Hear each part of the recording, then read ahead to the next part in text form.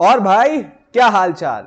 आज हम लोग जानेंगे कि नॉर्मलाइजेशन किस तरीके से काम करता है और यहाँ पे हम लोग ये देखेंगे कि नॉर्मलाइजेशन के अंदर हमारा जो 15 मई और 29 मई वाला पेपर था उसके अंदर हमको क्या देखने को मिलेगा। एक वीडियो मैंने बनाया हुआ है इसके ऊपर ऑलरेडी और ये उसका एक्चुअल वर्किंग को मैं समझाने वाला हूँ। यहाँ पे मैं यहाँ पे एकदम बेसिक आपको ओवरव्यू दूंगा, बहुत ही ज्यादा हम फॉर्मूला में नहीं घुसेंगे क्योंकि फॉर्मूला किसी के पल्ले ना तो पढ़ना है और ना पढ़ने की जरूरत है।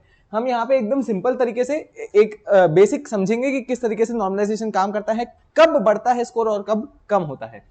नॉर्मलाइजेशन के फॉर्मूला के बारे में यहाँ पे हम बात करने वाले हैं, ठीक है। फॉर्मूला के बारे में अभी हम सबसे पहले बात करते हैं कि नॉर्मलाइजेशन इस साल होगा किस किस के। तो हम बात कर रहे हैं सीयूटी 2024 15 मई और 29 मई, ये 29 मई, इन 2 तारीख में ये 4 सब्जेक्ट के पेपर हुए थे, केमिस्ट्री, बायोलॉजी, इंग्लिश और जनरल टेस्ट। ये चारों सब्जेक्ट के हमको नॉर्मलाइजेशन देखने को मिलेंगे। अच्छा जी, ओके जी।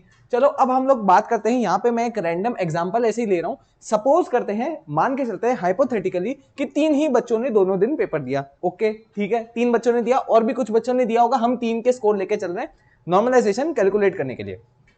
यहाँ पे हम बात कर रहे हैं अभी 15 मई की।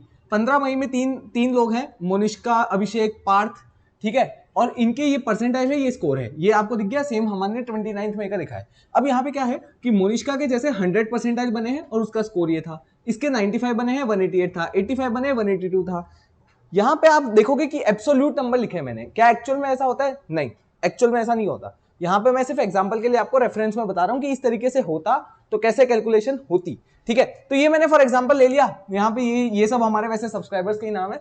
तो यहाँ पे जैसे मैंने लिख दिया कि परसेंटाइल ऐसी ऐसी है, तो फिर इनके ये स्कोर बन रहे हैं, यहाँ पे ऐसी ऐसी है, ये है, ठीक है। मेरे को एक एक पढ़ के सुनाने की जरूरत नहीं है। अब यहाँ पे ये ऐसे कर दिया। अब हम करेंगे क्या, नॉर्मलाइजेशन कैलकुलेट करने के लिए जो इसका फॉर्मूला है, हम दोनों को कंबाइन करके एक ही टेबल के अंदर लेके आ जाएंगे, ठीक है। यहाँ पे हम जैसे 2 शिफ्ट की बात कर रहे हैं, हमारे इस साल 2 ही शिफ्ट का है, तो हम बिना मतलब ज्यादा शिफ्ट का क्यों समझे फॉर्मूला, 2 ही शिफ्ट का हमको समझना है। अब 2 शिफ्ट को यहाँ पे हम कंबाइन कर देंगे और सारे बच्चों की एक कंबाइंड लिस्ट बना देंगे, जिसको हम अरेंज कर देंगे डिसेंडिंग ऑर्डर में। यहाँ पे भी दोनों डिसेंडिंग में ही थी, हम इसको अरेंज कर देंगे डिसेंडिंग ऑर्डर में, ठीक है। डिसेंडिंग ऑर्डर में हमने अरेंज कर दी। यहाँ पे हम देखेंगे मोनिष्का, शीन, अभिषेक, शुभम, पार्थ और नमन।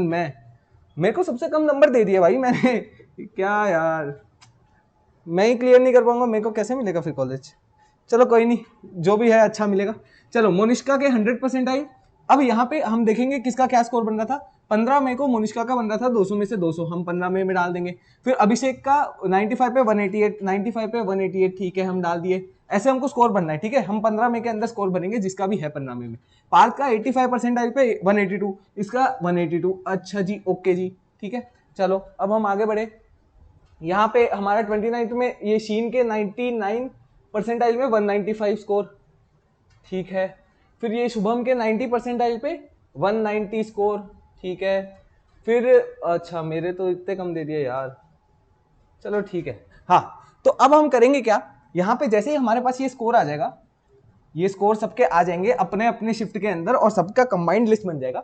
उसके आगे का प्रोसेस किस तरीके से होता है, उसके आगे हम यहाँ पे ये निकालेंगे कि ये जो मिसिंग नंबर्स है ना, यहाँ पे ये फिल इन द ब्लैंक्स जो है, फिल इन द ब्लैंक्स, ये फिल इन द ब्लैंक्स की जाती है उसके बाद में। कैसे कि अगर 200 नंबर 100 परसेंटाइल पे इस शिफ्ट में 200 नंबर बन रहे थे, तो इस शिफ्ट में 100 परसेंटाइल में इसके कितने नंबर बनते।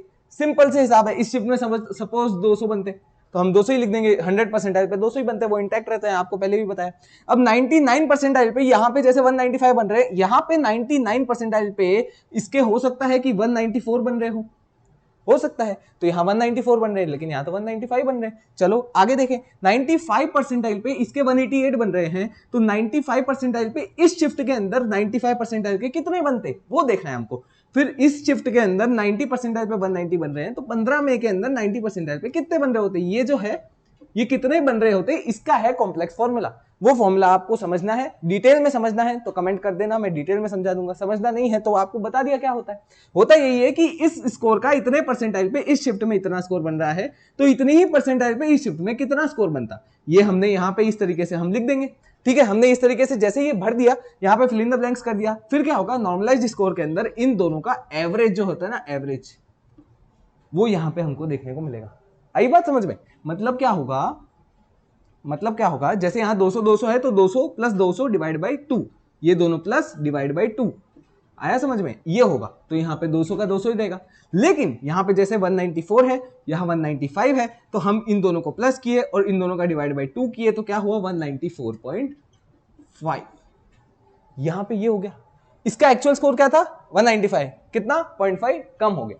ये मैंने हाइपोथेटिकल एग्जांपल लिया है। ऐसे एक्चुअल के अंदर बहुत सारे बच्चों के बहुत नंबर कम भी हो जाते हैं, बहुत नंबर बढ़ भी जाते हैं। ये मैंने फॉर एग्जांपल इंग्लिश का एग्जांपल लिया था, ऐसे आप सब्जेक्ट का देख लेना, अपने अपने सब्जेक्ट्स का। इस तरीके से नॉर्मलाइजेशन काम करता है। आपका एक्सपेक्टेड स्कोर उतनी परसेंटाइल पे इधर कितना होता है और उन सभी स्कोर्स का एवरेज, यहाँ पे 2 ही शिफ्ट है इस साल हमारे, इन 2 का जो एवरेज है वो हम यहाँ पे लिखते जाएंगे और ये जो है ये आपके स्कोर कार्ड पे आपको देखने को मिलेगा। ठीक है, जो स्कोर कार्ड पे स्कोर आएगा ना इंग्लिश सब्जेक्ट का और ये 3-4 सब्जेक्ट का जो स्कोर आएगा स्कोर कार्ड के ऊपर, वो आपका ये वाला स्कोर होगा। ठीक है, इतनी बात आई समझ में। एक और चीज जो मुझे क्लैरिफाई करनी थी, आई एम एक्सट्रीमली सॉरी, मैंने वो जो वीडियो बनाया था लास्ट वाला, वो मेरा अभी तक का सबसे मोस्ट वॉच्ड वीडियो है। वो वाला जो वीडियो था जिसके अंदर मैं नॉर्मलाइजेशन का ये समझाया था कि 15 मई वालों के नंबर कम होने के चांसेस सबसे ज्यादा क्यों है, उसके अंदर मैंने एक केमिस्ट्री सब्जेक्ट को नहीं लिया था, मैंने इंग्लिश के एस्पेक्ट से बताया था। मुझे बहुत सारे बच्चों ने बोला, 4-5 बच्चों ने, कि केमिस्ट्री का जो सब्जेक्ट है इसके बारे में आपने नहीं बताया अच्छे से। केमिस्ट्री के अंदर क्या हुआ था कि 15 मई का पेपर था वो बहुत ही ज्यादा टफ आ गया था और जो 29 मई का पेपर था वो बहुत ही ज्यादा इजी आ गया था। इसकी वजह से होगा क्या कि 29 मई वाले में फुल स्कोरर्स बहुत ज्यादा होंगे, जिसकी वजह से उन सभी का स्कोर कम किया जाएगा और जो 15 मई वाले हैं उनका बढ़ने के चांसेस हैं।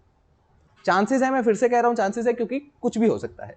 और एक और चीज मैं इसमें जो ऐड करना चाहता हूं कि जैसे यहाँ पे हम ये एक बार लेके चल रहे हैं, ये बार है, ये 200 नंबर है, ये 0 नंबर है, 0 नहीं, इनफैक्ट नेगेटिव में भी जाते हैं नंबर। नेगेटिव अगर हम कैलकुलेट करें, 40 क्वेश्चन अटेम्प्ट किए, 40 के 40 गलत, तो -40 स्कोर होगा। तो -40 से 200 के बीच में स्कोर लाई करता है, यहाँ सपोज 0 है। ठीक है, तो यहाँ पे ऐसा होता है कि कहीं बीच में एक बार सेट होगा, यहाँ पे या कहीं पे भी बार सेट होगा, इसके ऊपर वाले जो हैं उन सबके या तो बढ़ रहे हैं, कम हो रहे हैं, बढ़ ही रहे हैं, और इन सबके कम ही हो रहे हैं। इस तरीके से ऑलमोस्ट होता है लगभग। नहीं तो अगर आपको ये चीज नहीं माननी है तो ये चीज देख लो यार, इतना सिंपल तरीके से समझाया है, इस तरीके से काम करता है। ठीक है, और अगली बार यार प्लीज जो भी ये बोर्ड पे करता है ऐड, प्लीज यार मेरे को थोड़ा सा नंबर दे दिया करो, मेरे को कॉलेज ही नहीं मिलेगा ऐसे। चलो आज के वीडियो में इतना ही।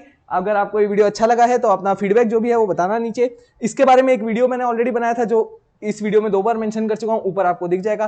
प्रेफरेंस लिस्ट का एल्गोरिदम कैसे काम करता है वो आपको देखना है तो इधर आपको वो वीडियो मिल जाएगा। और अगर आपको ये जानना है कि कॉलेज के बारे में रिसर्च कैसे करें तो उसका वीडियो आपको यहां पे मिल जाएगा। मैं मिलता हूं आपसे अगले वीडियो में, तब तक के लिए ओके बाय, गुड नाइट।